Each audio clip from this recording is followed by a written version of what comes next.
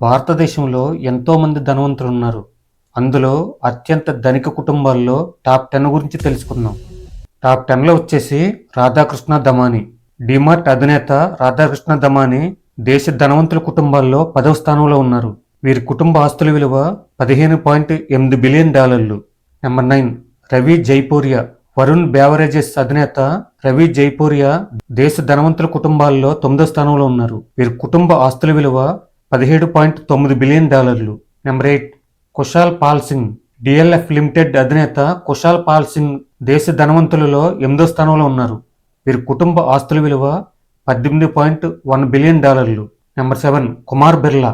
Aditya Birla group అధినేత కుమార్ బిర్లా దేశంలో ధనవంతుల కుటుంబ జాబితాలో 7వ స్థానంలో ఉన్నారు.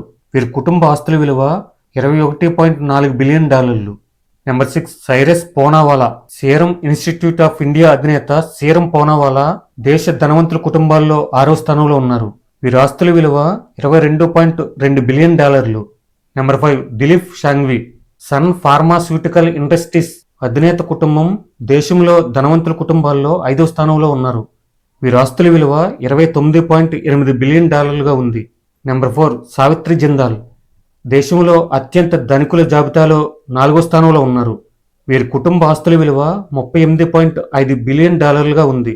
నెంబర్ 3 శివనాడార్. హెచ్సిఎల్ అధినేత శివనాడార్ దేశంలో అత్యంత ధనికుల జాబితాలో 3వ స్థానంలో ఉన్నారు. వీరి కుటుంబ ఆస్తుల విలువ $42.1 billion. Number 2 Gautam Adani.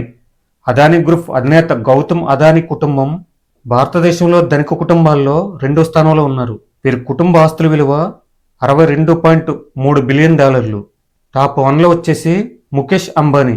Reliance industries అధినేత ముఖేష్ అంబానీ భారతదేశ అత్యంత ధనికుల్లో నెంబర్ 1 స్థానంలో ఉన్నారు. వీరి కుటుంబ ఆస్తుల విలువ సుమారు $95.4 బిలియన్.